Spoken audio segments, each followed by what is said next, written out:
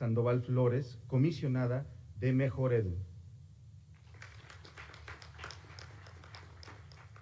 Doctor David Jaramillo, secretario general del Instituto Politécnico Nacional, en representación del director general del Instituto Politécnico Nacional. También se encuentra con nosotros el doctor Roberto Rodríguez Gómez, del Seminario de Educación Superior de la UNAM. Arquitecto Antonio García Rodríguez, director de Asuntos Académicos en el IEMS.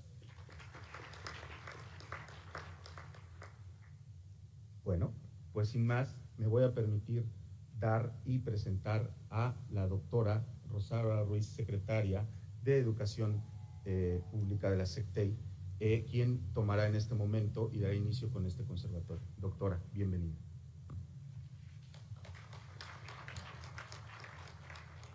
Buenas tardes todos y todas. ¿Se escuchan? ¿Sí se escucha? Me da un enorme gusto estar aquí. Ya conocía el plantel, uno de los más bonitos y bien ubicados en la ciudad de todo el IEMS. Voy a quitarme el cubrebocas. Estamos en semáforo verde, pero sí, la pandemia continúa, no nos olvidamos, pero estamos en un lugar abierto. Tenemos la posibilidad de estar momentos sin cubreboca, pero sí hay que seguirnos cuidando, por supuesto. Pero me da mucho gusto estar aquí, sobre todo acompañada con este presidium. Como pueden ver, invitamos a personas muy importantes en la educación en esta ciudad y de hecho en el país. Cuando se encuentra aquí el Instituto Politécnico Nacional, la UAM, que tienen una importancia, la UAM en la ciudad, pero también a nivel nacional e internacional. Y una de las personas que más conoce la evaluación de la educación media superior y superior, nuestra comisionada Telvina. Les decía, bueno, que tengamos aquí al rector de la UAM visitando a UNES, para mí es un gran orgullo, es un gran honor. Lo mismo el secretario general del Instituto Politécnico, la rectora de la universidad creada por este gobierno, el Instituto de Educación Superior Rosario Castellanos, un gran investigador de la UNAM sobre la educación. Él coordina el Seminario de Educación Superior en la Media Superior y Superior de la UNAM.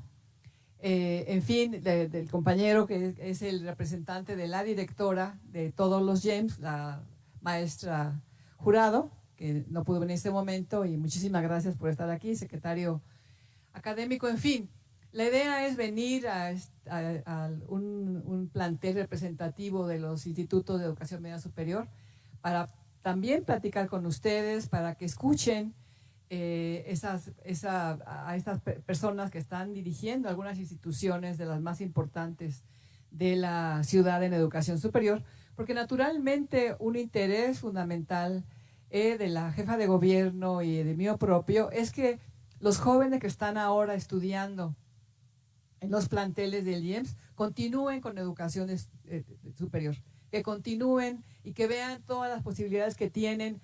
Aquí están algunos representantes, como dije, del Politécnico, de la UNAM, de la Rosario Castellanos, de la UAM, pero ustedes tienen muchas opciones, me refiero a estudiantes y a las chicas estudiantes también. Entonces, que contemplen en la historia de su desarrollo, igual que sus maestros y maestras, que continúen estudiando. Y quiero que conozcan las perspectivas que se están trabajando en las diferentes áreas. Ahora, el punto central que queremos tratar ahora es la creación de la Secretaría de Educación Pública, de que se creó, por cierto, desde la UNAM con el primer secretario, que fue Vasconcelos.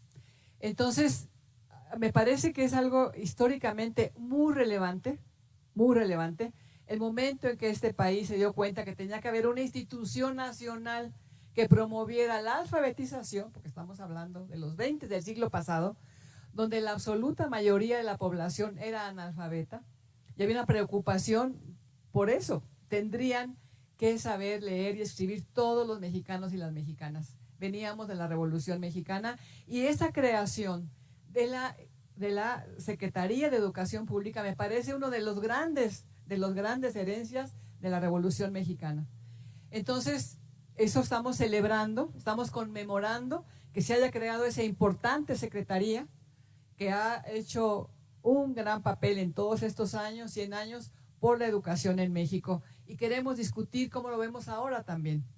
Queremos discutir la relevancia de ese momento en el que se piensa, José Vasconcelos, en que es necesario crear una institución nacional, no que cada estado tenga y haga lo que pueda por mejorar la educación del país, sino que haya una coordinación, haya una estrategia del Estado. Esa es la gran diferencia del Estado mexicano para lograr que haya esa secretaría con esa función. Y también me da mucho gusto, porque yo soy una mita, una puma, me da mucho gusto que fue en la UNAM donde se pensó que era indispensable tener esa institución nacional para promover la educación desde la alfabetización, la educación básica, la media superior y la superior. Y esa es la tarea que tiene la SEP, la pequeña tarea que tiene la SEP de promover todos los niveles educativos desde preescolar hasta posgrado en todo el país. De ese nivel es la importancia y de ese nivel es la responsabilidad que tenemos todos y todas las que estamos en algún lugar de educación. Por eso la importancia de la invitación. Etelvina, gracias por apoyarnos, gracias por venir, porque también tenemos que hablar de la calidad de la educación. Yo siempre he dicho, una educación que no tiene calidad es demagógica. Entonces, ¿qué quiere decir calidad también? Tenemos que definir también qué quiere decir calidad. Para mí, pues yo creo que también para todos los que estamos aquí, si queremos que un médico nos atienda, queremos que haya tenido una educación de calidad, ¿verdad? Porque queremos que sepa diagnosticarnos y que sepa decirnos qué podemos hacer. Y como siempre, también con equipos de médicos, porque hoy se ha desarrollado tanto la medicina que no hay alguien que vea todo, sino hay especialidades de todo.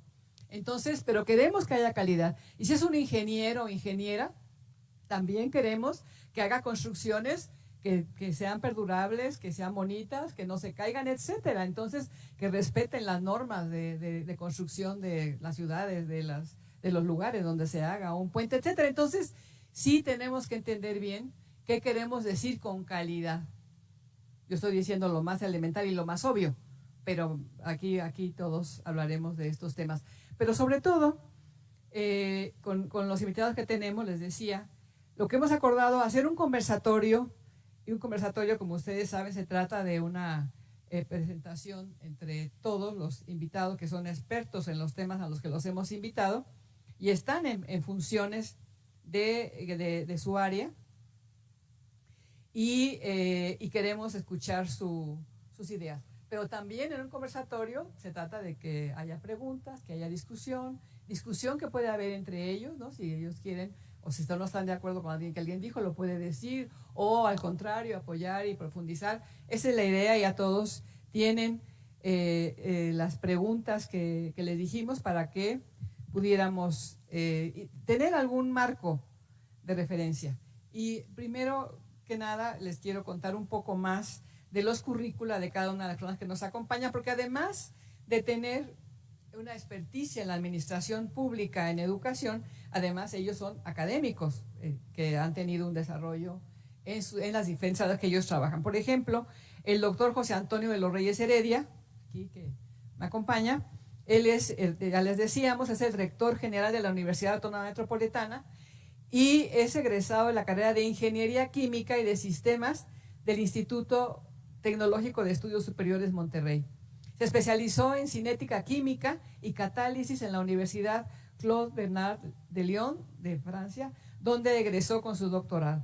Sus líneas de investigación se orientan en el desarrollo de aplicaciones en catálisis para la prevención y remediación de la contaminación. O sea, tiene él un papel muy importante en los estudios que tienen que ver con cambio climático, con la prevención, con esas áreas que son tan importantes en este momento. Yo le voy a dar la palabra en primer lugar a él para que haga una introducción sobre los temas generales de la importancia de la creación de la Secretaría de Educación Pública, cuáles fueron las ideas que llevaron a José Vasconcelos a plantear esta necesidad y que haga un análisis de estos puntos. ¿Sí?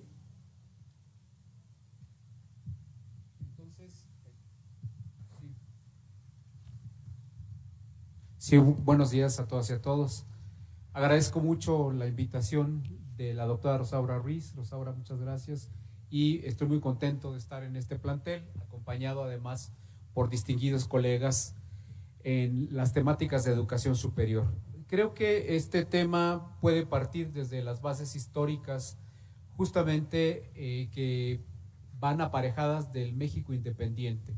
Desde ahí podríamos rastrearlas, pero no vamos a ver un origen, digamos, uniforme en el desarrollo en el siglo XIX, porque así de convulsa fue la historia de las luchas entre conservadores y liberales, y no había una idea nacional de educación. Yo creo que se empieza a concretar una idea cuando el maestro Justo Sierra, por mencionar alguno, producto de la reforma, en donde los liberales llevaban de alguna manera, como se dice coloquialmente, mano en términos de la definición de las políticas del país, y se instauró justamente la llamada instrucción pública, pero no tenía el carácter nacional y básicamente estaba atomizado, por decirlo así, en los diferentes estados. Estoy hablando muy vuelo de pájaro, cualquier historiador me criticaría por la falta de rigor, pero creo que es conveniente nada más traer el siglo XIX, las guerras de reforma y las luchas entre liberales y conservadores para llegar finalmente a el porfiriato.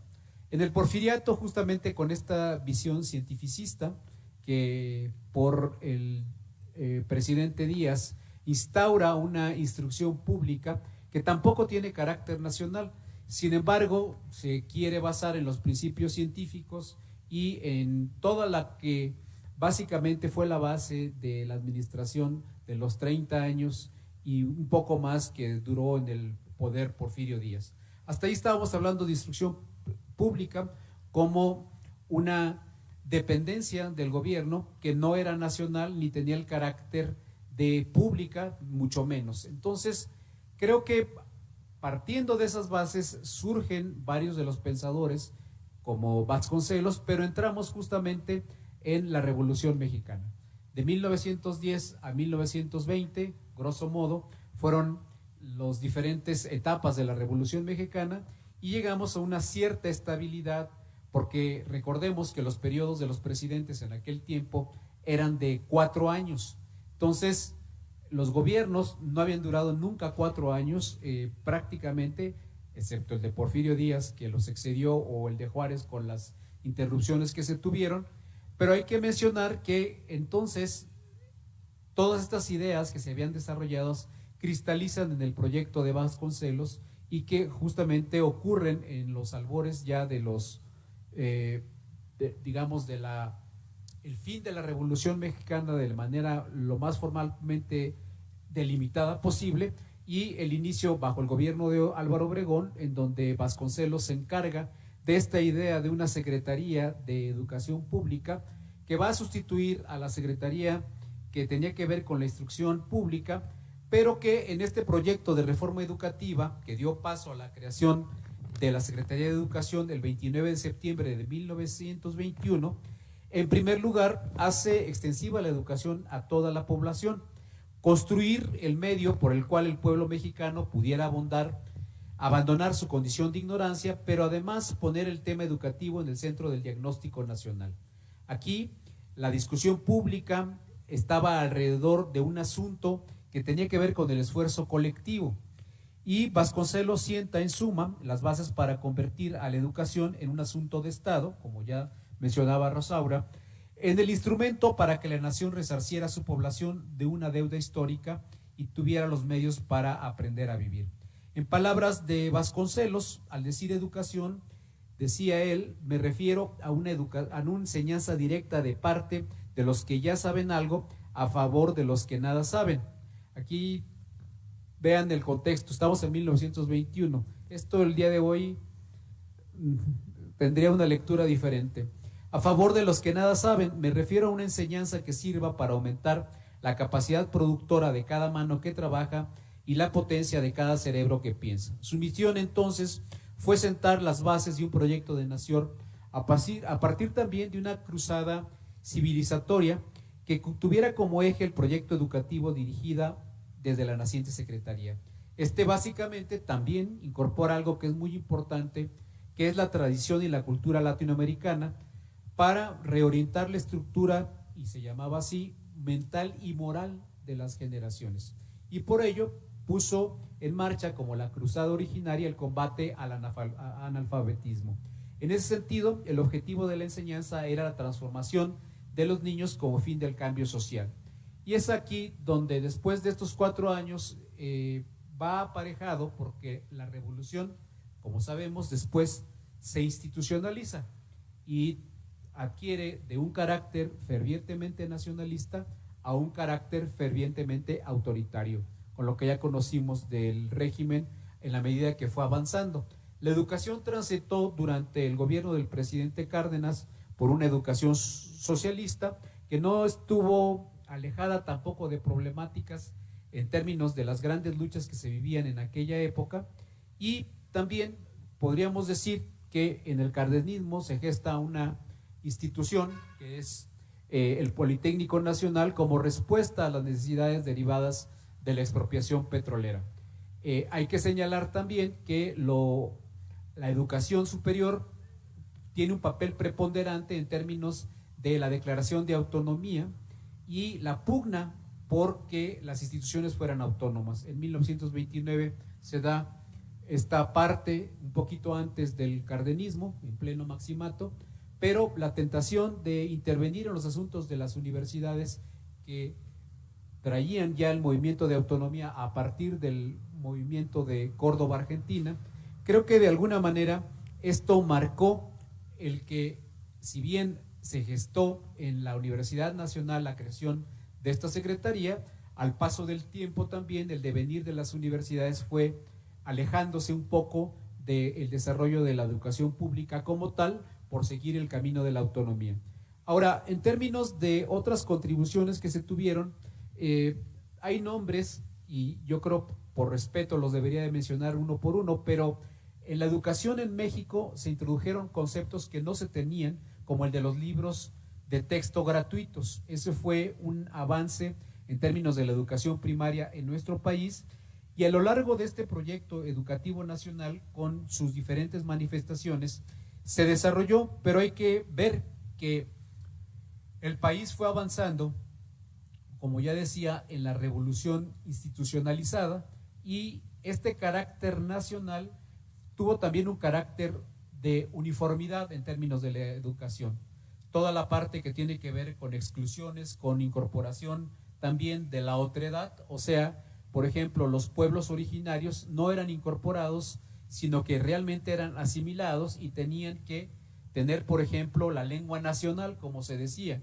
No había educación en las lenguas originarias que teníamos en nuestro país, por mencionar algunos de los aspectos de pluralidad que no se tenían en esta visión, que si bien era civilizadora, como lo concibió Vasconcelos, era también uniformizante y de alguna manera no reconocía las especificidades de un país tan diverso como lo es México, pero que estaban bajo un modelo autoritario de país. Esto básicamente tuvo resultados positivos porque trajeron que en muchas de las universidades, a partir de los años 70, cuando existe la gran explosión demográfica en el país y sobre todo una migración importante de la parte de las comunidades rurales a las grandes ciudades, entonces se empiezan a configurar proyectos de educación superior, por ejemplo, y de educación en general, pero con un gran incremento de la población. Es allí donde, por ejemplo, la Universidad Autónoma Metropolitana se crea después de la tragedia de 1968, con un modelo que busca de alguna forma superar algunos de los temas que se habían planteado en el movimiento de 1968 y después en 1971. Creo que en los años 70 entonces existe la gran oportunidad de aumentar la cobertura educativa a todos los niveles del país. Fue un gran adelanto, y la educación hasta esa época se veía como un vehículo de promoción social. Al llegar a las universidades, finalmente el obtener un título de licenciada o licenciada era finalmente distinguirse en la sociedad y un gran vehículo de promoción social. Hoy en día el tema que tenemos está muy aparejado también con el desarrollo social, político y económico de un país como el nuestro, de más de 130 millones de habitantes, en donde tendríamos que revisar con ojo muy crítico realmente dónde se quedaron aquellas o aquellos anhelos e ilusiones de promoción social que se tenían. Y creo que la universidad pública afortunadamente todavía responde y es un importante vehículo de promoción social en la sociedad mexicana hoy en día. Ahora, pasando a otros temas que tienen que ver ya con la coyuntura que hemos vivido por la pandemia, creo que la pandemia nos ha obligado a repensarnos. Y aquí di un brinco pasando de los 70, 80 y al fin del régimen de la revolución institucionalizada, a los nuevos tiempos que hemos vivido con mucho mayor apertura en todos los ámbitos y conscientes de muchos de los temas que tienen que ver con quiénes somos, qué es lo que hemos hecho como mexicanas y mexicanos y demás, que yo no voy a abordar el día de hoy, temas de género y otros temas que están presentes en la sociedad hoy en día y que no son iguales a los que en 1921 se tenían. Ahora con la pandemia estamos en una sindemia, como algunos mencionan, porque no nada más es el efecto de la epidemia que contrajimos todos y todas, o que algunos contrajeron y los otros estuvimos en resguardo, sino también con este brinco que tuvimos que dar hacia una enseñanza y aprendizaje que estuvo basada en medios tecnológicos casi prácticamente de la noche a la mañana. Y esto nos lleva a sumarle a ya los añejos problemas que habíamos identificado, por ejemplo, de cómo respetar la diversidad cultural y étnica del país, que es uno de los temas en la interculturalidad, por mencionar algunos de los pendientes que tenemos, hasta los que tenemos ya de naturaleza organizativa en las propias instituciones de educación. En la educación superior, por supuesto, el tema de la autonomía es un tema fundamental al cual quizá pudiéramos regresar después. Pero esta pandemia, esta sindemia, nos llevó a reflexionar sobre problemáticas de sociedad que no nada más eran la parte técnica, sino también cuestionar el típico modelo que teníamos en muchas instituciones del aprendizaje basado en una enseñanza magisterial, en una enseñanza, digamos, en el profesor y el alumno receptor, pero con cierta pasividad. También habrá que preguntarse en qué medida nuestros sistemas, por ejemplo, de acceso a la educación superior, por mencionar alguno, están basados en exámenes de selección que involucran cierta problemática que también pudiéramos abordar en dado caso por hablar de los temas de la democratización en términos de la educación. Creo que la democratización vista como la igualdad de oportunidades es un tema pendiente porque justamente en muchas de las universidades, y lo reconozco, tenemos sistemas de selección y estos sistemas de selección están basados a veces en criterios que quizá conviene revisar porque restan oportunidades quizá a las jóvenes y los jóvenes que desean ingresar. Pero esas son temáticas, yo creo que ya tenemos desde tiempos antiguos. Lo positivo de la pandemia, yo ahí cerraría, es que los aprendizajes que tuvimos con la educación mediada mediante tecnología, no todo fue positivo, pero tampoco todo fue negativo. Creo que el poder llegar a diferentes ámbitos a los que no llegaba la educación mediada por la tecnología ahora trajo cosas positivas que habría que rescatar y sobre todo nos brinda la oportunidad, ahora que ya estamos, digamos, en este momento de transición, a una reflexión amplia sobre cuáles deben ser los modelos en la educación, no nada más a nivel de educación superior, que muchos de nosotros conocemos de manera más cercana, pero también en términos de todo el ciclo educativo, cómo podríamos aprovechar estas ventajas para que la formación de las personas que están en las instituciones educativas sean y se desarrollen de mejor manera, para desarrollar personas, por un lado, desarrollar ciudadanos que estén conscientes del valor que representa recibir una educación, que ya no es una instrucción, que es una educación integral que debe obedecer a los principios primero de cada individuo y después de lo de cada comunidad, y como por comunidad me refiero a los diferentes ámbitos locales, estatales, nacionales. Yo por aquí la dejaría en esta intervención general. Gracias. Muy bien, yo creo que hay que recordar como decía el rector de la UAM, el momento en el que se estaba pensando en crear una institución nacional de educación.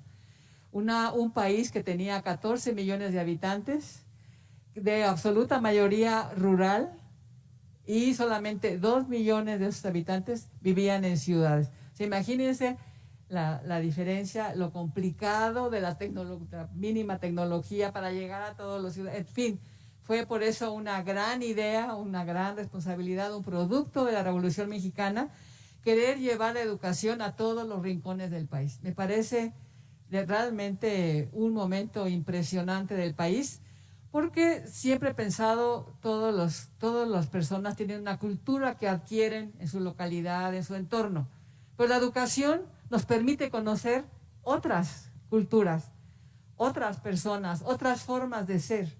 Entonces, esa es la idea de la educación. Sin duda, decía, la cultura es fundamental en ese sentido, también la educación es parte de la cultura, pero hablando en términos generales, cada quien adquiere una cultura en donde nació, en su colonia, en su pueblo, en su ámbito, pero la educación va más allá. La educación nos abre fronteras entre las culturas, entre las diferentes formas de ser.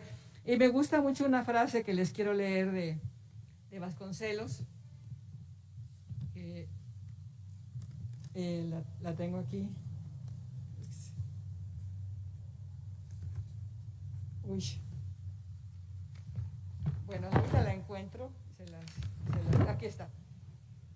Los educadores deben tener en cuenta que el fin capital de la educación es formar hombres, claro, así se decía y ahora se dice hombres y mujeres también, ¿verdad? Capaces de bastarse a sí mismos y de emplear su energía sobrante en el bien de los demás. Al decir educación me refiero a una enseñanza que sirva para aumentar la capacidad productora de cada mano que trabaja y aumentar la potencia de cada cerebro que piensa. Por eso, hoy hay que comenzar con el campesino y por el trabajador. Entonces, algo muy importante, pues pensemos en ese momento que está hablando Vasconcelos. Tenemos ahora la participación de la doctora Etelvina Sandoval Flores. Ya les dije que ella es comisionada de la Comisión Nacional de la Mejora Continua de la Educación. Entonces, ella es doctora en pedagogía por la Universidad Pedagógica Nacional. Entre sus líneas de investigación destacan perspectiva sociocultural etnográfica que se centra en el análisis de los procesos de construcción de la profesión docente de niveles básicos y que abarca las siguientes versiones: formación inicial y en servicio, profesores noveles, formación de formadores, práctica docente. Tiene un número importante de publicaciones. Gracias, Telvina, por acompañarnos. Tienes la palabra, por favor. Hasta por 10 Muchas minutos. gracias, Rosaura. Pues gracias por la invitación. En realidad voy a tratar de sintetizar porque hice un escrito pensando más en una conferencia que en una charla, y voy a tratar de sintetizar y también pues ser más adecuada al público, que me parece que la mayoría son jóvenes estudiantes y maestros de aquí. Entonces, bueno, en este sentido me parece muy bien este recuento que se ha venido haciendo de los 100 años de la fundación de la Secretaría. Y la pregunta que atravesaba todo esto es: ¿cuáles han sido las contribuciones que la Secretaría ha hecho a la educación pública para un proyecto de país? Y creo que tendríamos que pensar cómo ha venido transformándose también el país. Yo me voy a centrar fundamentalmente en los maestros, por varias razones. La primera de ellas es que yo soy maestra, y además soy maestra normalista de origen, de hace muchísimos años, y mi trabajo se ha enfocado muchísimo en los maestros. Entonces, mi eje de reflexión, porque podrían ser muchos otros, mi eje de reflexión van a ser los maestros.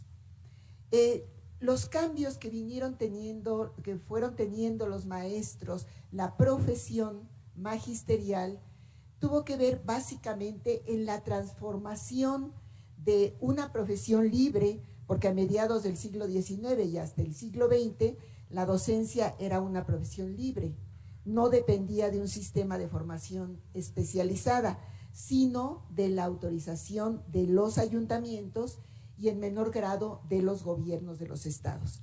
Evidentemente no había una federalización, los estados tenían gobiernos propios y en este sentido los gobiernos, los ayuntamientos contrataban a los maestros que requerían y no eran precisamente maestros formados, porque las escuelas normales se vinieron construyendo en la época del porfirismo, 1887, 84, 87, pero además se construían en las grandes ciudades y se formaban maestros eminentemente urbanos. Ya Rosaura nos señalaba que la población era mayoritariamente campesina, no era urbana. Entonces, podemos decir que la población campesina contaba con maestros que se hacían en la práctica. Y de ahí se fue una profesión libre. Paulatinamente creo yo que un cambio fue que se empezó a trabajar hacia ir construyendo una profesión de Estado, es decir, la posibilidad de que el Estado determinara los planes y programas de estudio y que pudiera determinar y tener una conducción de la educación, fue algo que se empezó a manejar desde la época de los liberales, pero que se respetaba también la libertad de cada uno de los estados. En ese sentido, podemos decir que hubo cambios, nace las normales, nace un normalismo moderno, convive con maestros que no son normalistas, la profesión docente se va reconfigurando y van apareciendo paulatinamente los profesionales de la docencia. Una cosa interesante es que la mujer llegó a la docencia mayoritariamente. Se habla de los maestros, pero si nosotros revisamos la revolución y la participación de los maestros, podemos decir que fueron las maestras las que estuvieron a cargo de este servicio. Revisando ahora, estaba yo viendo algunas discusiones que se tenían sobre el papel de la mujer en la educación. Más adelante les voy a comentar algunas cosas si me alcanza el tiempo. La educación, digamos, la mujer llega a la docencia, llega para quedarse. Además, pronto los maestros empezaron a ocupar un campo, no solo en la docencia, sino también en la gestión del sistema educativo. La Constitución del 17 reflejó el debate entre el federalismo y el gobierno centralizado. El proyecto de crear una Secretaría de Educación Pública Federal requirió de una reforma constitucional. José Vasconcelos inició la reformulación práctica del proyecto, emprendiendo diversas medidas con el objetivo de lograr reunir diversos niveles educativos y lograr la creación de una secretaría a nivel nacional que fuera un organismo rector de la enseñanza en el territorio nacional. Es decir, la idea vasconcelista estuvo orientada por la formulación de que el Estado debía encargarse de la educación y debía hacer extensivo este servicio a todos los habitantes. Por eso era necesario crear un organismo ejecutivo que fuera capaz de coordinar este esfuerzo educativo, un esfuerzo educativo mayúsculo, y a partir de dar orientaciones generales, orientaciones técnicas y políticas de la enseñanza que pudiera permitir una cohesión. La vinculación de la escuela, la directividad hacia las escuelas fue juntada también con una idea de cambiar la realidad social. La SEP se caracteriza por la puesta en acto de medidas orientadas a la apertura de escuelas, a la edición de libros, a la fundación de bibliotecas, las cuales fortalecieron un proyecto de nación, un proyecto nacionalista que también recuperaba las mejores tradiciones de la cultura universal. Entre los avances de la SEP en 1921, que fue creada, tenemos aumento en el número de maestros de educación primaria, porque entonces, bueno, eran más los maestros. Existía la universidad, la preparatoria, pero la mayoría de la población no asistía a estas instituciones. Era la educación básica, la educación elemental, así llamada. Los maestros en 1921 eran 9,560 en 2019, en 1919. Y para 1921 ascendieron a 25,312. Actualmente somos casi 2 millones de maestros, ¿no? Podemos ir viendo cómo creció este sistema educativo, de 25,312 a casi 2 millones de maestros, y en educación básica son 1,300 maestros, 1,224. 1,224,000 son los maestros de educación básica que ocupan, digamos, un lugar privilegiado en estos 2 millones de maestros que forman parte de este sistema educativo nacional.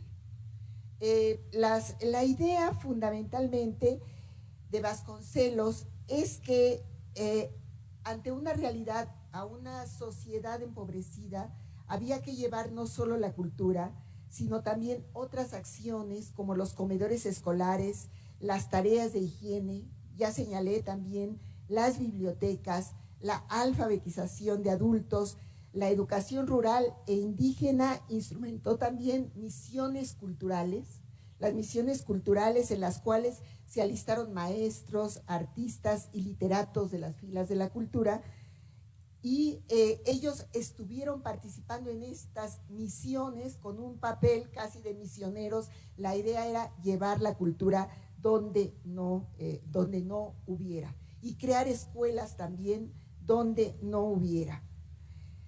En la primera década de los 90 podemos decir que se funda entonces la escuela rural. La escuela rural toma un papel fundamental, porque la mayoría de la población era rural. Y también se crean las escuelas normales rurales, porque si bien las escuelas normales se habían creado en el Porfiriato, la mayoría de los maestros egresados trabajaban en zonas urbanas y la mayoría de la población estaba en zonas rurales. Entonces se crean las escuelas normales rurales, que hasta la fecha persisten, y bueno, de las cuales podríamos hacer todo un análisis del papel que jugaron y del papel que siguen jugando en la formación de maestros que están destinados para las clases más desfavorecidas. La idea de Vasconcelos como un Estado educador también fue generando paulatinamente la producción de planes, de programas, de libros de texto en la educación preescolar, primaria y secundaria. Más adelante, en la reforma constitucional en 1934, ya lo señalaba la persona que me antecedió, se crea la educación socialista, que provocó, como todos sabemos, un gran debate por su posición anticlerical, e impidió que se discutiera la reforma orgánica de la educación. Es cuando se va consolidando el Estado educador postrevolucionario. Este Estado educador centraliza la producción de bienes, de los programas, de los libros, etcétera, y en 1946 la educación socialista va siendo relevado, quedó la estructura básica de este Estado educador, pero se crea entonces la educación para la unidad nacional. Creo yo entonces que el papel de los maestros se transformó también. Monsiváis lo dice muy crudamente cuando dice que se acabaron las prédicas, que si no los persiguen los cristeros con machetes desorejadores a los maestros, olvídense de esa misión apostólica. Y lo señala, se acabó el apóstol y nace el burócrata de la federación. Es muy duro lo que él dice, pero en realidad lo que sí empieza a mostrarse es un control del magisterio a partir de sus diferentes grupos de organización, el Sindicato Nacional de Trabajadores de la Educación, creado en 1943, y empieza a plantearse una nueva perspectiva del maestro como un trabajador al servicio del Estado. Entonces, de una profesión libre a una profesión de Estado, podemos señalar. El maestro como un trabajador del Estado, pero que queda una simiente de esta mirada transformadora, de esta mirada de cambio educativo, de esta mirada de aportar a la educación de los que más necesitan. Y esta perspectiva está en el interior de las escuelas normales, que siguieron funcionando como formadoras de maestros y que fueron muy atacadas, sobre todo en la reforma educativa del 2013, cuando se dijo que ya bastaba de maestros formados en las normales, que era importante que otros profesionistas fueran maestros. Y recordarán ustedes aquella frase famosa de cualquiera puede ser maestro. Las normales se fueron atacadas, las normales rurales fueron diezmadas, las normales urbanas se consideran como de menor nivel, pero finalmente está ahí la simiente de este maestro que busca transformar la educación, que busca lograr cambios y que considera a los más pobres, a los más necesitados, como los sujetos sobre los cuales puede incidir y puede transformarlos. Hay de todo, desde luego. El maestro también ha cambiado, el maestro también se ha transformado. Ahora tenemos de aquellos maestros normalistas, tenemos muchos maestros normalistas, pero maestros normalistas que han continuado estudiando. Muchos de ellos con posgrados, además tuvieron licenciatura, maestrías, doctorados, mejor formados, pero sigue manteniendo esa idea de una defensa de la educación pública, que me parece que es el pilar de estas transformaciones y que me parece también que es la enseñanza que debe dejarnos o que la cual tendríamos que pensar a los 100 años de fundación de la Secretaría de Educación Pública, que buscaba una educación para la mayoría de la población y para la población más necesitada, cómo ha venido evolucionando y cómo podemos defender esa educación pública buscando darle mayor calidad, buscando que los estudiantes que en ella transitan puedan ser formados de la mejor manera. Desafortunadamente, la escuela pública ha perdido crédito y credibilidad.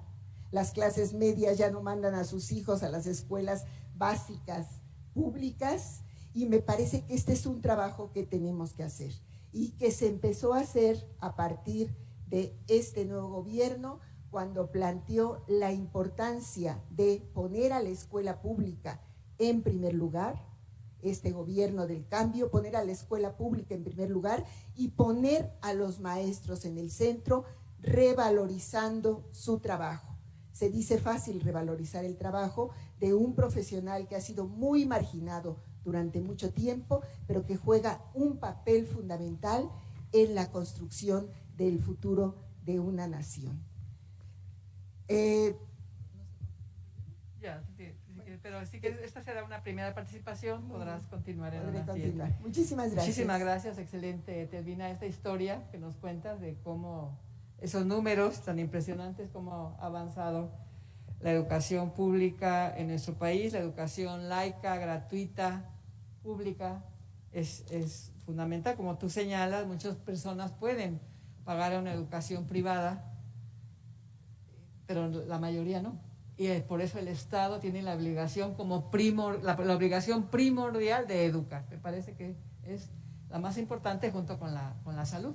Son los dos temas, grandes temas. Bueno, entonces ahora le vamos a dar la palabra a Roberto Rodríguez Gómez. Él es miembro del Seminario de Educación Superior, bueno, además es el coordinador del Seminario de Educación Superior de la UNAM. Es doctor en Ciencias Sociales por el Colegio de México. Estudió en la Facultad de Ciencias Políticas y Sociales la carrera de Sociología y él es un gran investigador en el tema de políticas de la educación superior, la educación superior y desigualdades sociales, etcétera, en general, educación y educación. Muy bien, Roberto, tienes la palabra ahora.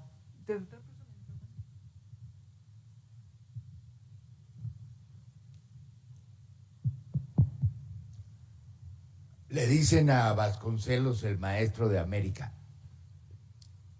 Y nunca dio clases. De nada. Así empieza su libro de Robinson a Odiseo.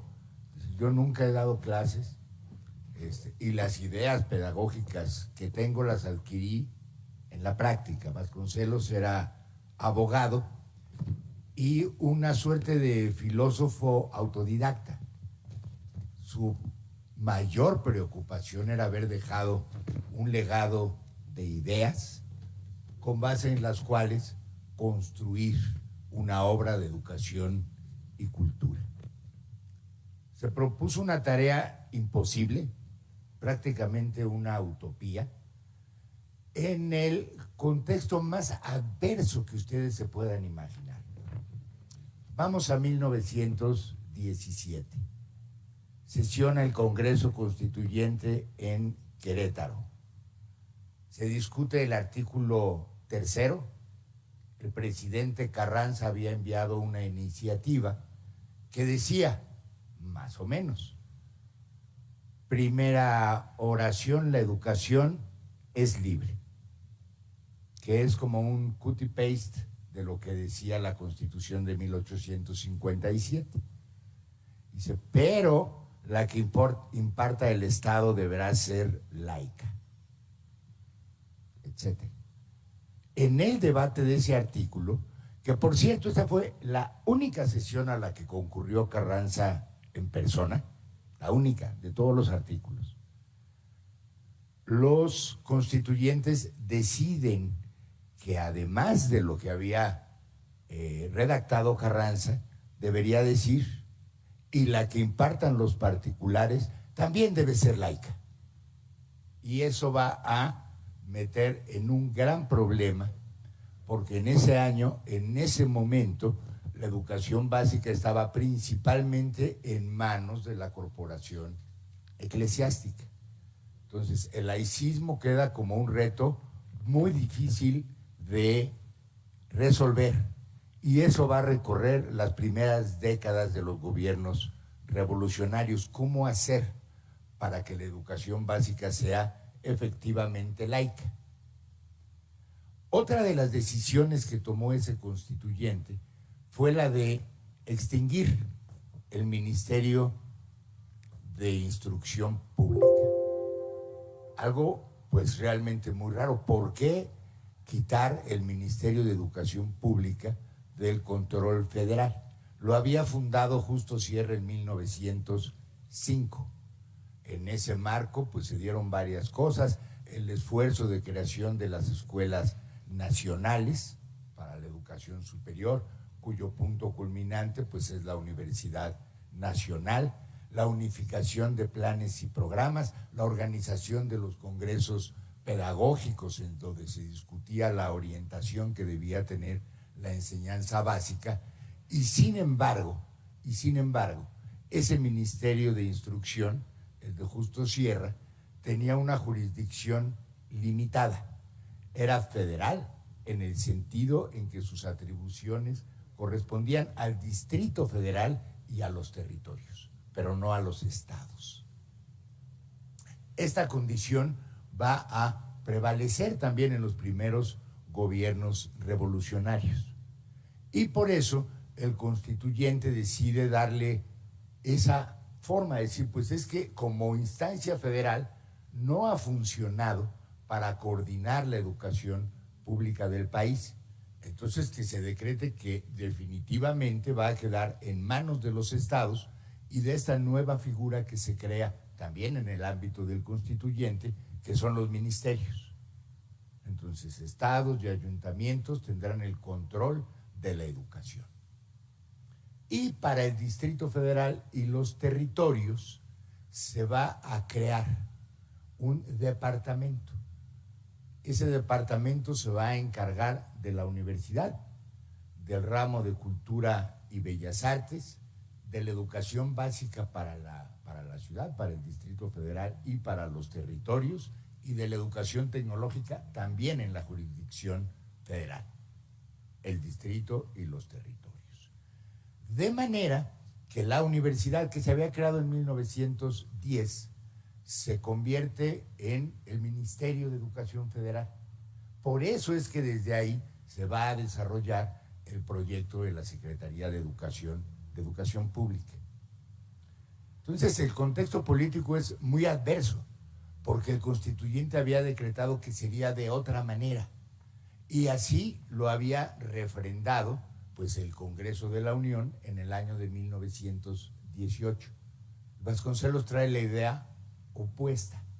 Entonces tenemos que resolver cómo, yendo en contra de lo que había hecho el constituyente, crear una instancia central, federal, que se encargara de la educación pública del país, que impulsara la laicidad, etcétera, ¿no? Pero no nada más teníamos problemas en lo político, sino que en el año 18 inicia la pandemia de 1918. Es decir, ya lo saben, la influenza española. Y esta se va a prolongar hasta el 21. Entonces, esa época de construcciones en medio de una pandemia tan grande, o más por sus implicaciones, que la actual. Murieron 500,000 en la pandemia del 18. Eso equivaldría a 6 millones en la actualidad. ¿Se pueden ustedes imaginar? ¿No? Suspendieron las escuelas, los maestros se pusieron en huelga. Ese es el contexto en el que asume la rectoría de la Universidad Vasconcelos. El país está realmente destruido. Es una condición crítica, excepto por la revolución triunfante y por la energía que ésta va a desencadenar para la construcción de instituciones en el país. Pero lo vuelvo a repetir, en el peor escenario posible. Ahí llega Vasconcelos, se hace cargo de la universidad y en su discurso de toma de posesión declara: vengo aquí a la universidad como rector para hacer un proyecto, el de un ministerio de educación, el de una secretaría, porque así se iban a llamar. Desde esta universidad deben de salir las bases para emprender esa nueva institución. Pero además vengo aquí a convocarlos, a los universitarios, a los académicos y a los estudiantes, a una cruzada nacional en favor de la educación popular y de la redención de la nación. El proyecto de Vasconcelos trae varios componentes, ya se mencionaron, pero una idea eje, la de vincular la enseñanza con la promoción de la cultura. ¿Por qué? Es una suerte de idea que su lectura de los clásicos griegos y romanos ha fortalecido en su mente. Una idea como la de Aristóteles de catarsis, en el sentido de que el arte educa. Y entonces el arte es la pintura y trae a los muralistas, y es la música y funda orquestas y manda a hacer obras a Carrillo, por ejemplo, y es la escultura y es los bailes y es todo eso. Todo eso es parte del proyecto educativo vasconceliano. No son adjetivos, es una unidad. Promover al mismo tiempo la cultura para que ésta eduque, y además las culturas tradicionales, la mexicana con proyección de América Latina, la raza cósmica. Ese es su ideal, el ideal vasconceliano. Y se pone a trabajar en eso. Algunos proyectos le salieron bien, ya se han mencionado aquí, otros no tanto. Por ejemplo, para impulsar la lectura, sobre todo de los maestros, pero también de las familias y de los niños, hace una edición extraordinaria, 17 volúmenes, cada uno tiene como 500 páginas, más o menos. ¿Y qué es lo que publica? Pues las obras de clásicas griegas, ¿no? Las tragedias, las de Esquilo, las Eneadas, por ejemplo. También una nueva edición, bueno, una edición para México, de la Divina Comedia, ¿no? Apegada al original. Pero son lecturas de difícil comprensión para ese momento. Y publica, fíjense qué curioso, los 4 evangelios. Es uno de los tomos de esas lecturas clásicas. Las publica primero en la universidad en 1921 y después en las prensas de la secretaría que ha fundado. ¿Cómo logra hacer realidad este proyecto cultural y educativo con esta ambición? En primer lugar, con el apoyo de Obregón. Le dice, para esto necesitamos aumentar el presupuesto y necesitamos el doble. Y un poco después, todavía no lo había nombrado, y dice, no, necesitamos el triple de presupuesto. Y se lo dan. Y se lo dan. Y con eso se echa a andar. Lo que nos deja una lección: sin presupuesto, cualquier proyecto educativo se va a quedar corto. Eso es como una especie de regla histórica. Pero él lo tiene. Otra de las cosas que pensó hacer Vasconcelos, y la hizo, fue una suerte de infraestructura para su modelo educativo cultural. El último año de su gestión, hace una obra muy impresionante que fue el Estadio Nacional. Va a durar 20 años nada más. En terrenos de lo que era el Panteón de la Piedad, prácticamente pegado a donde está ahora el Parque Delta, ¿no? En donde estaba el multifamiliar Juárez, que se cayó en el temblor. Ahí estuvo el Estadio Nacional.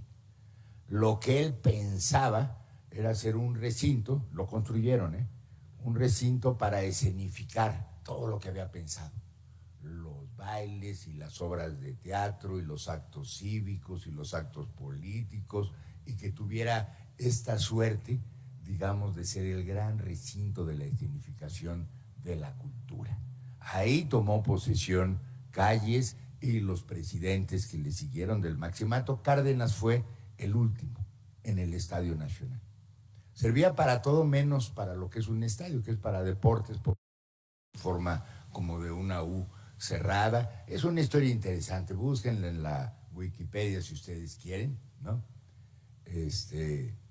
Y después de eso él pensaba que continuaría su trayectoria política, buscó la candidatura presidencial, pero ya había perdido y se impuso Calles. Y Calles traía un proyecto educativo distinto, mucho más práctico, es decir, educación tecnológica. Vámonos con primarias a todo el país. Misiones culturales está bien, pero dedicadas nada más a la alfabetización y, en fin, ¿no?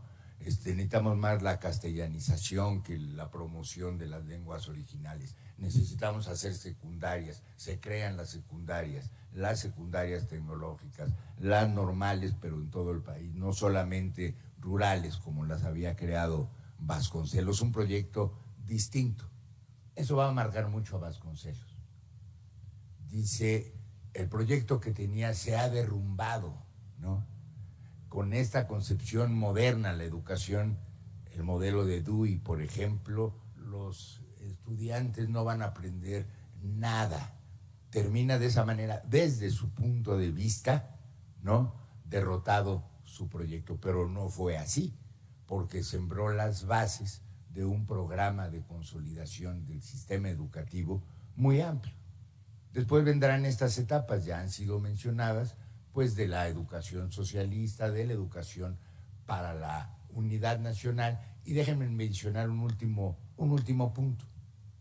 La idea del plan de 11 años y de los libros de texto gratuitos que tuvo el secretario Torres Bodet. Vamos a decir Torres Bodet 2, él fue 2 veces secretario. La primera, pues reformó el artículo 3º constitucional, se quitó la educación socialista, se hizo esa redacción que todos ustedes conocen porque ha prevalecido en la redacción de ese artículo, el 3º de la Constitución. La educación será democrática, etcétera, etcétera. En su segundo periodo establece este plan de 11 años, ¿no?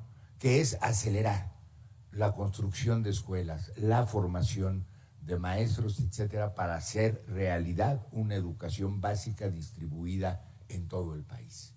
Ya había sido secretario general de la UNESCO, nada menos.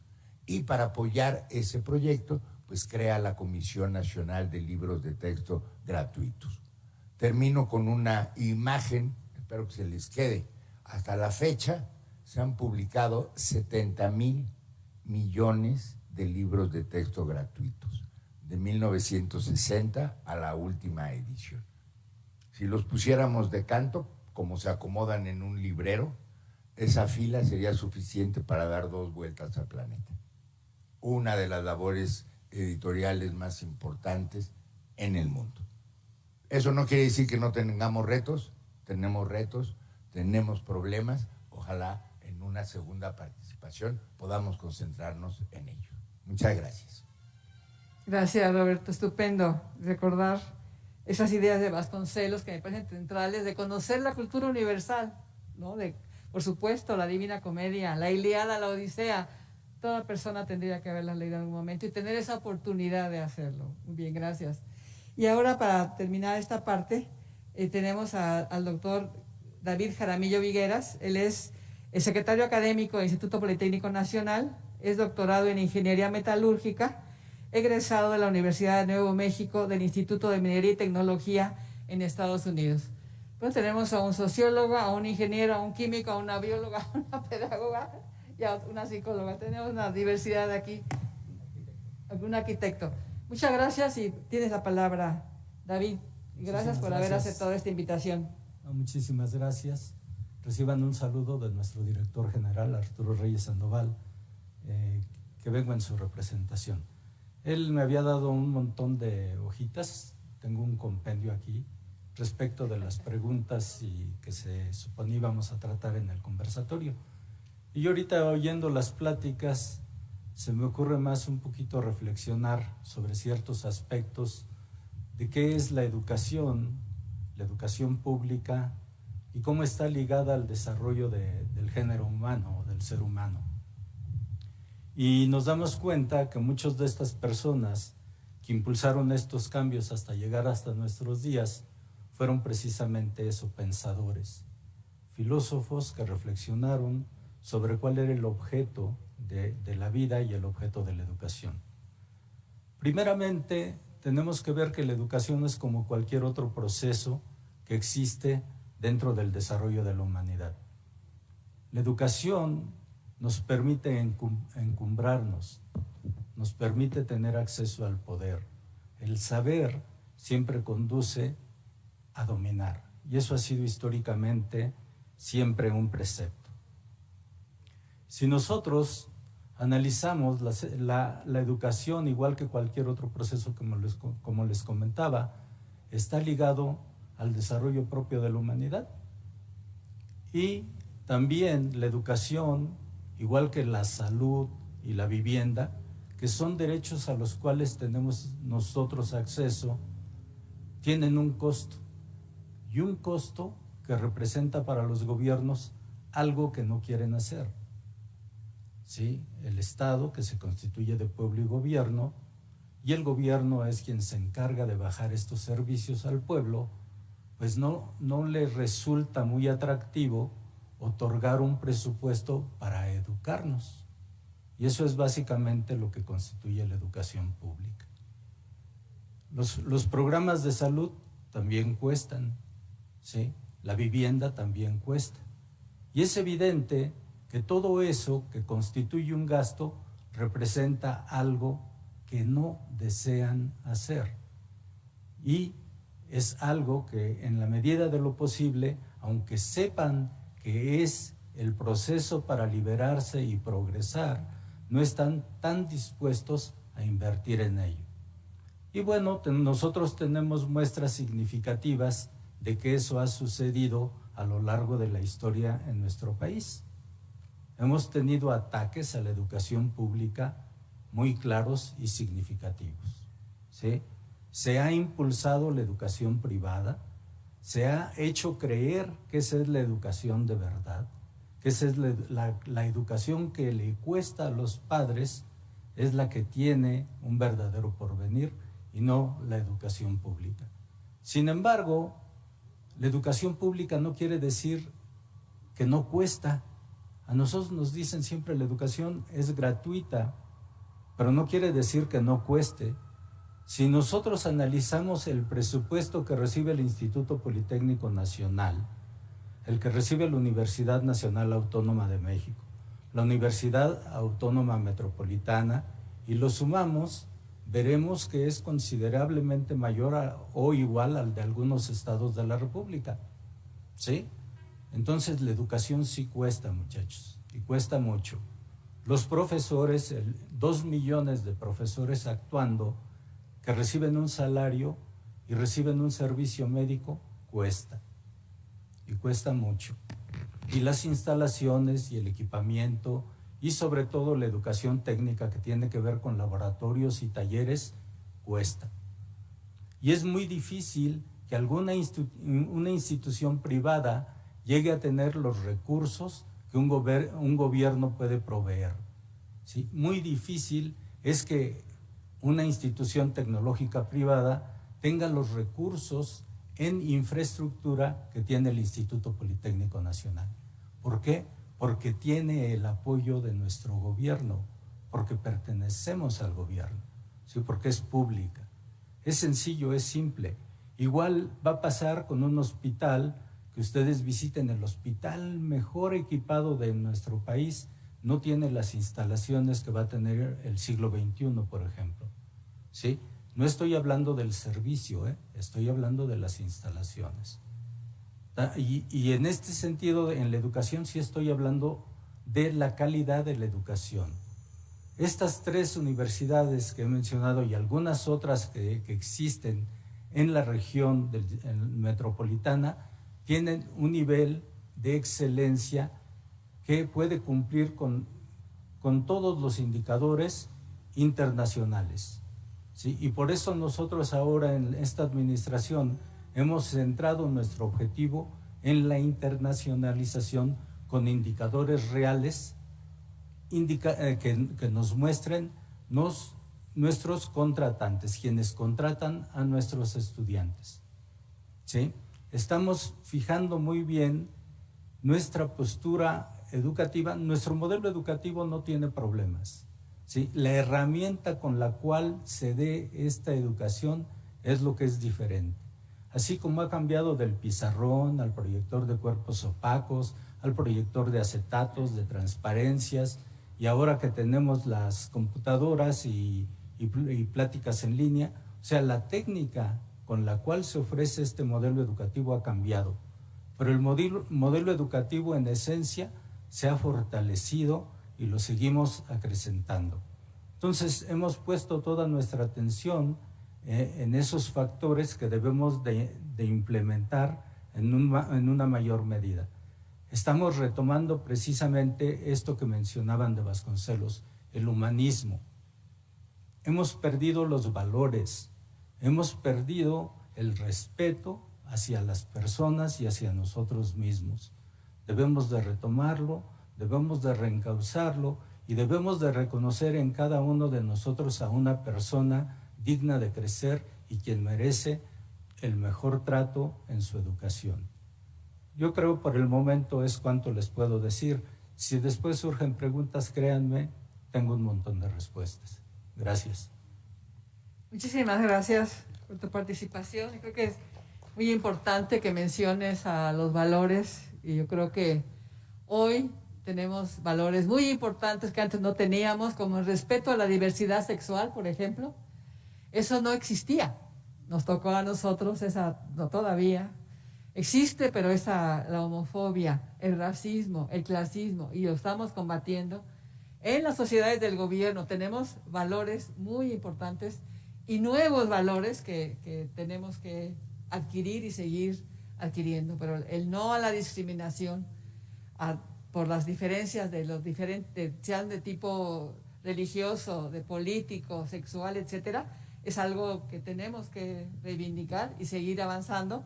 Igual que con los derechos de las mujeres, los derechos a interrumpir un embarazo, los derechos a tomar sus decisiones, que bueno, todavía hasta 1953 se permitió el voto de las mujeres, nada más para que veamos cómo hemos ido cambiando, hemos ido mejorando también, y eso hay que reconocerlo. Hoy las mujeres tenemos más derechos y faltan muchos todavía, por cierto, pero hemos avanzado, ¿no? Eso es, también hay que reconocerlo. Miren, se nos fue muchísimo el tiempo, pero hay algunas preguntas que tenemos y yo quisiera plantearlas. Por ejemplo, la maestra Verónica Cano Reyes, es maestra en este Instituto de Educación Media Superior. Ella dice, le pregunta al rector de la UAM, ¿cuál fue el principal logro de la UAM en la educación a distancia durante el confinamiento? Todas las preguntas que nos mandaron, las que tengo aquí, tienen que ver con la post-pandemia. Yo creo que eso a todos nos importa. Yo le voy a pedir también a la rectora de la Universidad Rosario Castellanos, una universidad nueva, recién creada, pero que se creó con un modelo híbrido sin saber que iba a haber pandemia. Pero ya veíamos que era necesaria esa forma de educación usando la tecnología que existe ahora en todo el mundo. Entonces ella nos podrá dar algo muy breve sobre este tema y le pido al rector de la UAM que nos cuente cuáles fueron sus logros ahora que estuvimos confinados. Y pues yo sé que ustedes también tienen importantes desarrollos en temas de educación a distancia. ¿Podrías comentar?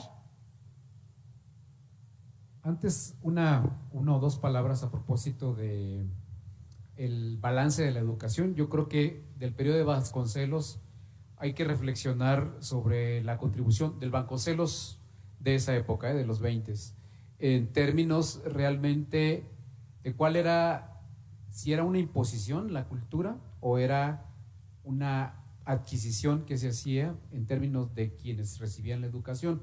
Es una reflexión nada más que se las dejo, porque hay quienes dicen que era imponerle, por ejemplo, a un indígena una cultura de la lectura de la Divina Comedia o de la gran cultura universal, olvidándose de la cultura propia. Y hay alguien que dice, como el propio Vasconcelos lo decía, realmente lo que quiero es que conozcan la cultura universal para que valoren la propia.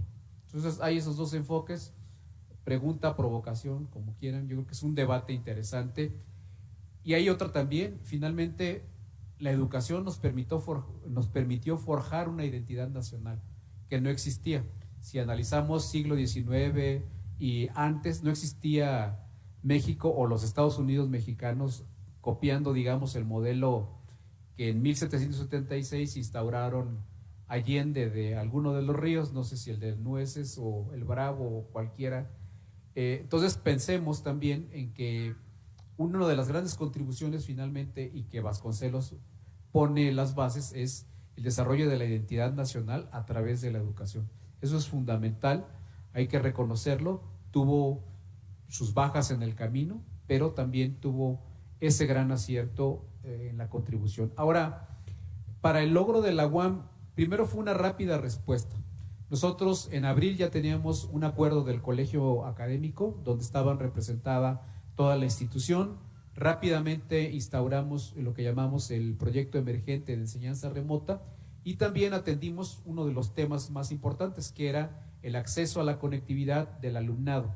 10% del alumnado no tenía posibilidades de conectarse, dimos becas en especie y con el gran esfuerzo de las y los profesores logramos que en un mes y medio prácticamente pudiéramos migrar, y sobre el camino fuimos avanzando. Creo el logro fue la rápida respuesta y también todos los procesos de exámenes de grado y demás, rápidamente lo hicimos, y creo que fue a partir del colegio académico de la universidad. Creo que el logro, si lo ven en términos de deserción, de índices de reprobación, aprobación y demás, creo que el balance es positivo. Por supuesto, habrá que hacer una crítica más certera en términos de la evaluación del aprendizaje efectivo, que ya ese es otro cantar. Inclusive, ese tema ya lo teníamos desde la educación presencial. ¿Cuál es el aprendizaje real que tiene nuestras y nuestros alumnos en la adquisición de conocimientos y también en la parte de generación de habilidades diversas? Y también algo que se mencionó por parte de mis dos colegas es la parte de los valores. ¿Qué valores estamos fomentando y tiene el futuro o la futura egresada? Gracias. Muchas gracias. Fíjate, esa polémica por supuesto es interesante, rector, pero yo creo que no debe haber contradicción entre mantener la cultura propia, entenderla, estudiarla por supuesto, y tener también conocimiento de la cultura universal. Yo como científica pienso siempre que la ciencia es universal y que si cada país quiere hacer su propia ciencia sin tomar en cuenta el resto, sería absurdo. La ciencia es universal y es fundamental que la construyamos entre todos los países, como se ha venido haciendo desde los orígenes, digamos, al menos con Galileo, con Newton, etcétera. Entonces, es complementario defender tu cultura, de entender tu cultura, pero también voltear a ver otras culturas. Yo creo que esa forma de ser, yo decía, y recordando a Rosario Castellanos, pues, tenemos su lema en la Universidad Rosario Castellanos, otra forma de ser humano. Hay formas distintas, desde ser hombre o ser mujer, en todas las diversidades que hay de géneros, pero también de ser en diferentes aspectos de la vida, dependiendo de donde uno nació, donde uno estudió, de mil formas. Conocer a otras formas de ser es central. Eso es lo que nos permite el no a la discriminación, el respeto a las diferencias es fundamental. Y eso nos lo da también un conocimiento de las otras culturas, además de la nuestra, ¿no? Me parece contradictorio, pero es muy interesante analizar el punto, ¿no? A la comisionada de Mejor Edu le preguntamos, ¿cómo crees que se podría mejorar la formación de maestros rurales en tiempos de pandemia? La maestra también, Verónica Caso, te hace la pregunta. También muy brevemente para dar paso a la maestra. Bueno, primero les digo por qué me dicen comisionada de la Mejor Edu. Es un organismo que se creó a raíz del cambio constitucional en el 2019. Se creó un organismo para la mejora continua de la educación. Se creó un sistema nacional para la mejora continua de la educación y una comisión que lo coordine. Esta comisión está integrada por 5 comisionados y yo soy una de ellas. Entonces venimos trabajando desde finales del 2019 y aquí precisamente la pandemia llegó y nos ha permitido también ir viendo estos problemas que la pandemia ha creado. En primer lugar, creo que una de las cosas que puso al descubierto y que ya se ha dicho mucho es la inequidad educativa, la pobreza educativa y el abandono en el que las escuelas públicas estuvieron durante muchísimo tiempo. Ustedes saben que hubo un abandono del gobierno de la educación pública, básicamente bajo la idea de dejar de invertir en ellas y plantearse una desatención del Estado a este servicio. No hubo una modificación constitucional, pero se fue haciendo en los hechos. Las escuelas, de todas maneras, también tenemos una gran diferencia y podemos hablar de una gran diversidad de escuelas. No necesariamente por ser rurales son las malas. Sin embargo, sí, por ser rurales, están en condiciones de mayor pobreza. Los maestros que van a estas escuelas reciben la misma formación que los maestros que van a escuelas urbanas. Es decir, hay un mismo plan de estudio para todas las escuelas normales del país. De tal manera que los jóvenes que van a trabajar a estas escuelas tienen que pasar por un proceso de aprendizaje muy intenso, porque en primer lugar a veces tienen que aprender la lengua de los niños a los cuales les van a enseñar. Los mandan a comunidades donde los niños hablan otro idioma que no es el de ellos. Además, estas escuelas también tienen un problema, el problema de que los jóvenes duran muy poco tiempo en la comunidad.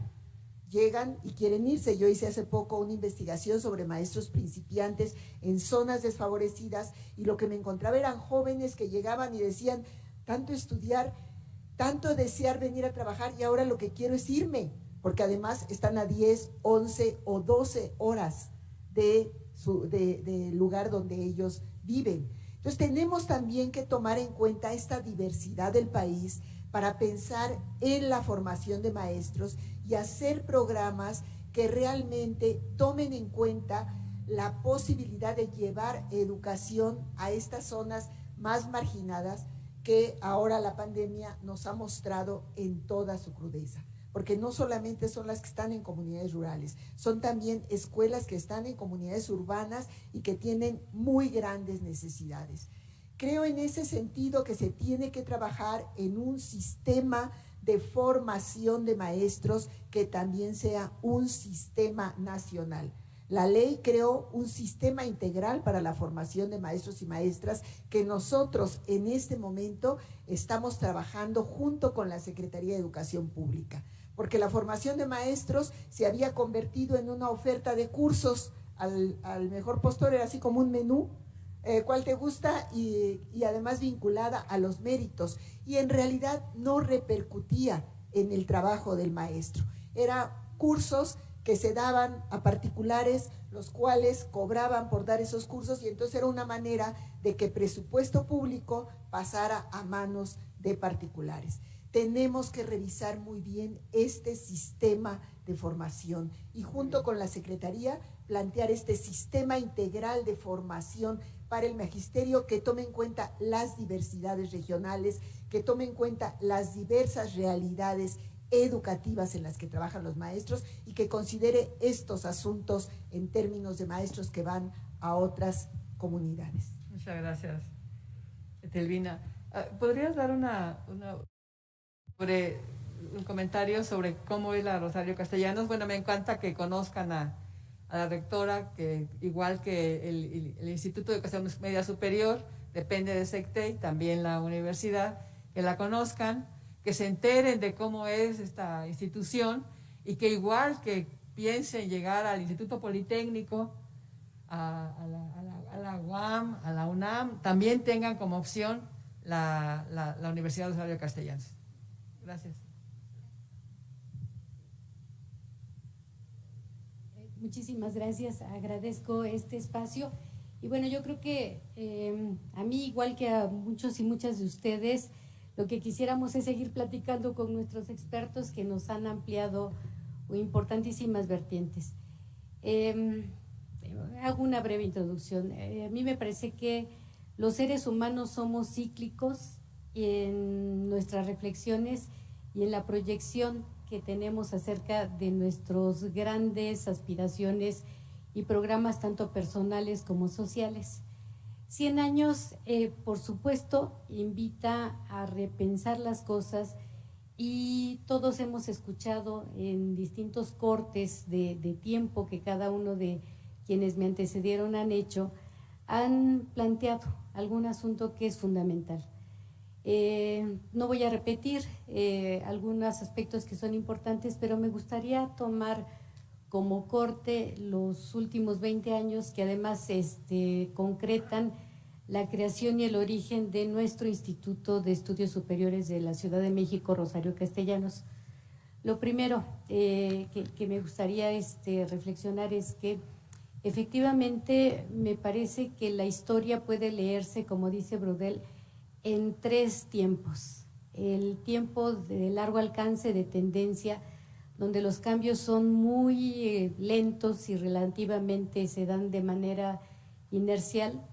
El tiempo que se remite a los acontecimientos que puede ser un evento importantísimo que nos impacte como un terremoto, pero que tampoco tiene la fuerza de mover una tendencia o de cambiar el rumbo de la historia. Pero está el tiempo coyuntural, que es el tiempo que tenemos que aprovechar para darle vuelta al timón y poder avanzar en una perspectiva distinta. Y me parece que lo que estamos viviendo en este momento es ese gran tiempo coyuntural donde la noción de lo público, donde la noción de la educación pública también se redimensiona porque nos permite recuperar este humanismo del que ya se hablaba en términos del fortalecimiento de los valores para generar diseños sociales alternativos, diseños sociales incluyentes, diseños sociales que contemplen todos los grandes valores que nos permitan pues avanzar en un estado de bienestar humano genérico, pero también que nos permitan darle un significado distinto a la educación. La educación por sí misma es un bien público y es un bien social. Hay modelos económicos, sobre todo vinculados a la hiperglobalización y al neoliberalismo que nos dejó un saldo negativo profundo, que tienen que ser superados, y en este tiempo pandémico, pospandémico, es cuando tenemos todas las condiciones para poder generar proyectos alternativos. Rosario Castellanos surge en el año 2019, hace apenas 2 años y medio, con el objetivo de proveer una educación pública de muy alta calidad, una educación pública que estuviera estimulada por el uso crítico de las tecnologías digitales, pero a partir de un proyecto pedagógico claramente cimentado en valores como la interculturalidad, la inclusión, la equidad, la perspectiva de género, la cultura de paz, el respeto absoluto a todos los valores.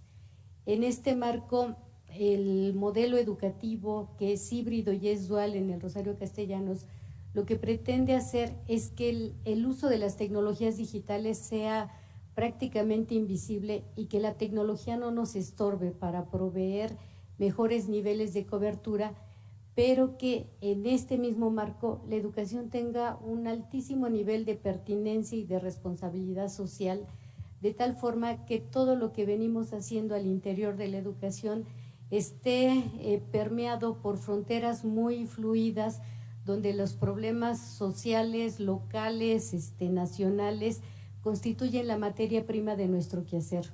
Las 19 licenciaturas que hoy conforman nuestra oferta educativa, las 5 maestrías y los 2 doctorados que se han generado en estos 2 años y medio, todos ellos responden a una visión interdisciplinaria, siempre en diálogo directo con lo que pasa en los problemas de la sociedad y del entorno. Y sí podemos decir que en la pandemia, esta institución que surge en el marco de un proyecto educativo y de ciudad distinto, creció, consolidó muchas áreas y abrió sus puertas para que miles de jóvenes en este momento residentes de la Ciudad de México puedan tener en un proyecto de educación superior pública la mejor y una propuesta educativa de largo alcance.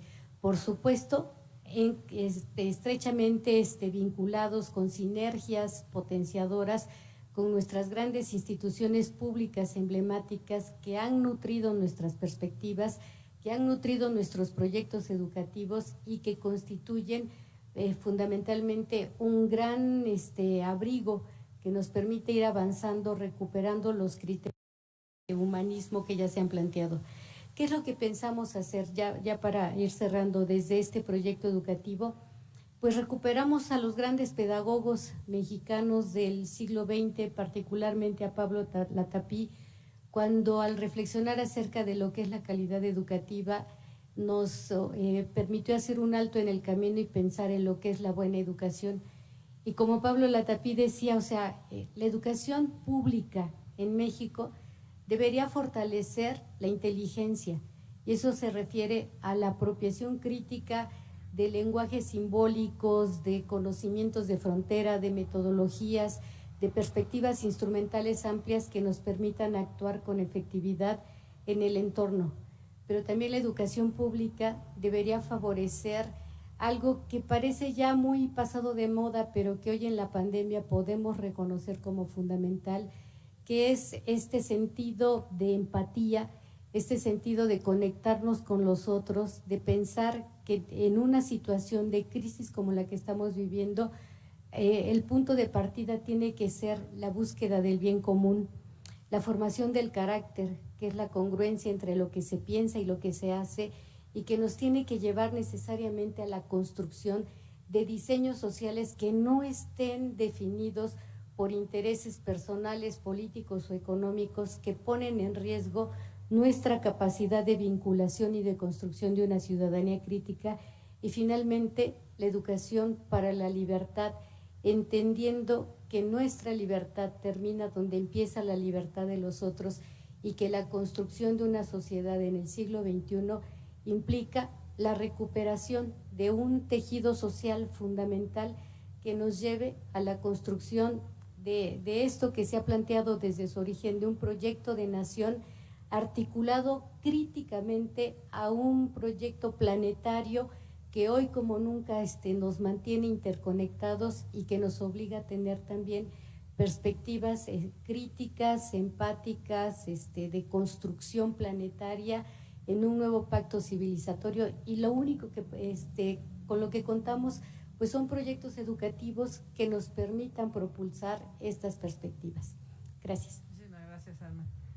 Muchísimas gracias a todos y a todas, a los ponentes, gracias por haber aceptado, y a todos mis compañeros, estudiantes y profesores aquí de este Instituto de Educación Media Superior. Me encanta estar aquí, estoy muy al pendiente del desarrollo de esta importante institución, de la formación de estudiantes, de las estudiantes, del desarrollo de los profesores.